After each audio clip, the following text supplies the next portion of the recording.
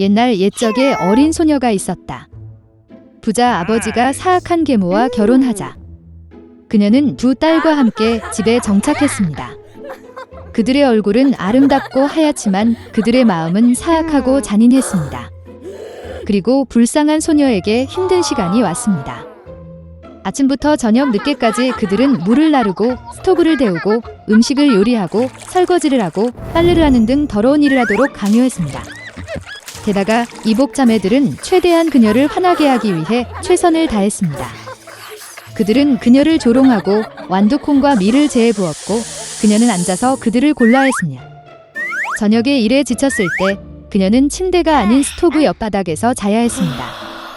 그리고 그녀는 항상 재에 먼지, 더러움 속에 있었기 때문에 그녀의 자매들은 그녀를 신데렐라라고 불렀습니다. 그러나 어느 날 왕은 3일 동안 계속되는 잔치를 시작하고 그의 아들이 신부를 선택할 수 있도록 그 나라의 모든 아름다운 소녀들을 잔치에 불렀습니다. 2명의 지명된 자매가 그들도 잔치에 올 수 있다는 것을 알았을 때 그들은 즉시 옷을 입고 정리하기 시작했습니다. 신데렐라도 춤추고 싶었지만 새엄마는 드레스도 신발도 없고 더러워서 그녀를 놓아주지 않았습니다. 그리고 사악한 계모는 재에 밀 한 그릇을 부어 신데렐라가 2시간 안에 그것을 모으면 언니들과 함께 갈 수 있다고 말했습니다. 신데렐라는 정원으로 나가서 울었다. 그리고 나서 2마리의 흰 비둘기가 날아와 다른 새 무리가 뒤를 이었습니다. 그들은 재를 휩쓸고 쪼개기 시작했고 그래서 그들은 그릇에 있는 모든 곡물을 선택했습니다. 1시간도 채 안 되어 일을 마치고 모두가 돌아왔습니다. 신데렐라는 계모에게 그릇을 가져와서 잔치에 갈 수 있다고 생각하면서 기뻐하기 시작했습니다. 그러나 그녀의 계모는 어쨌든 그녀를 들여보내지 않을 것입니다. 그녀는 신데렐라에게 등을 돌리고 딸과 함께 공을 향해 달려갔다. 집에 아무도 없을 때 신데렐라는 바닥에 앉아 슬픔에 잠겼다. 그리고 나서 2마리의 흰 비둘기가 날아와서 다른 새 무리가 날아와 드레스와 신발을 벗었습니다. 그녀는 빨리 드레스를 입고 신부에게 왔습니다. 그들은 그녀의 이복 누이와 계모를 보았고 그것이 이상한 공주일 것이라고 생각했습니다. 그녀는 황금빛 드레스를 입고 너무 아름다웠습니다. 그들이 신데렐라라는 사실은 결코 생각하지 못했습니다. 왕자는 그녀를 만나러 나와 그녀의 손을 잡고 춤을 추기 시작했습니다. 그리고 그는 신데렐라를 너무 좋아해서 다른 여자와 춤추고 싶지 않았습니다. 그녀는 저녁까지 춤을 추고 집으로 돌아가려고 했지만 왕자는 그녀를 배웅해달라고 요청했습니다. 그는 이것이 누구의 아름다운 소녀이고 그녀가 사는 곳을 알고 싶었습니다. 그러나 신데렐라는 그에게서 도망쳐 비둘기장 위로 올라갔습니다.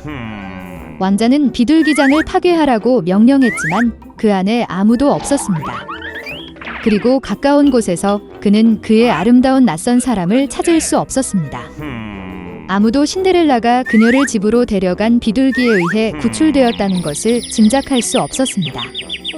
왕자는 화가 나서 고개를 숙이고 궁전으로 갔다. 그리고 갑자기 그는 신발을 보고 그것을 들어 올렸습니다. 그것은 너무 작고 우아하고 순금으로 가득 차 있었습니다. 왕자는 신데렐라가 도망쳤을 때 왼발의 신발이 계단 중 하나에 남아있다고 생각했습니다. 왕자는 기뻐했고 이 신발의 여주인과 신발이 어울리는 사람을 찾으라고 명령했습니다. 그는 그 신발과 결혼할 것입니다. 부모는 무도회에서 돌아왔고 신데렐라가 제 위에 셔츠를 입고 잠들어 있고 난로 옆에 희미한 불빛이 켜져 있는 것을 보았습니다. 2 자매는 내일 금색 구두를 입을 만큼 운이 좋기를 바라면서 방으로 갔다. 다음 날 왕자는 집에 와서 장래의 아내의 신발을 신어보고 싶은 사람은 모두 나와야 한다고 말했다. 2 자매가 나왔고 계모는 신데렐라를 집에 가두고 그녀를 내보내지 않았습니다. 언니는 작은 신발을 입었습니다. 여동생이 입어보았습니다. 신발이 좋습니다. 왕자는 곧 떠날 뻔했지만 신데렐라는 창밖으로 나와 그에게 달려갔다. 그리고 그녀는 신발을 신었고 그것은 그녀에게 딱 맞았습니다. 왕자는 그녀의 눈을 들여다보았고 그가 춤을 추는 아주 아름다운 소녀를 그녀에게서 알아차렸습니다. 그는 신데렐라를 데리고 그녀를 말에 태우고 그녀와 결혼식을 하기 위해 탔습니다. 그리고 그는 자매들과 계모들에게 그들의 집에 갇히고 결코 그곳에서 내보내지 말라고 명령했습니다. 이것이 그들이 악의와 속임수로 처벌받은 방법입니다. 옛날 옛적에 그의 아름다운 딸과 함께 밀러가 있었습니다. 그는 정말 부자가 되고 싶었기 때문에 다른 사람에게 거짓말만 했습니다. 사람들은 이것을 좋아하지 않았고 젊은 왕에게 밀러에 대해 불평했습니다. 왕은 밀러에게 교훈을 주기로 결정하고 그를 성으로 불렀습니다.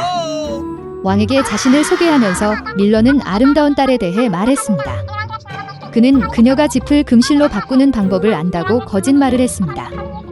왕은 밀러의 딸에게 다음날 성으로 와서 모든 사람에게 자신의 능력을 보여달라고 요청했습니다. 아버지가 딸에게 이것에 대해 말했을 때 그녀는 그가 다시 거짓말을 했다는 것에 분노했습니다. 다음날 그들은 성으로 갔다. 왕은 소녀를 물레와 집 바구니가 준비된 방으로 인도했습니다. 왕은 새벽까지 모든 집이 금으로 변하고 그녀가 실패하면 그녀의 아버지는 속임수로 처벌받을 것이라고 명령했습니다. 소녀는 빨대를 보고 몹시 울었다. 갑자기 방에 불이 들어왔고 한가운데 작은 남자가 나타났다. 난쟁이는 왜 울고 있는지 물었다. 소녀는 그에게 모든 것을 말했습니다. 어린 남자는 도와주겠다고 했지만 그 대가로 소녀의 목에 걸 수 있는 목걸이를 달라고 했으니 닙닙스닙닙닙스닙사. 그녀는 동의했습니다. 그리고 난쟁이가 일하기 시작했습니다. 그가 모든 빨대를 금으로 바꾸자마자 작은 남자는 갑자기 사라졌습니다. 아침이 왔다. 왕은 방으로 들어갔고 그가 본 것을 보고 놀랐습니다. 그 소녀는 행복했습니다. 그러나 왕은 그녀를 놓아주지 않고 많은 짚을 가져왔습니다. 그는 아침까지 그것을 금으로 바꾸라고 명령했습니다.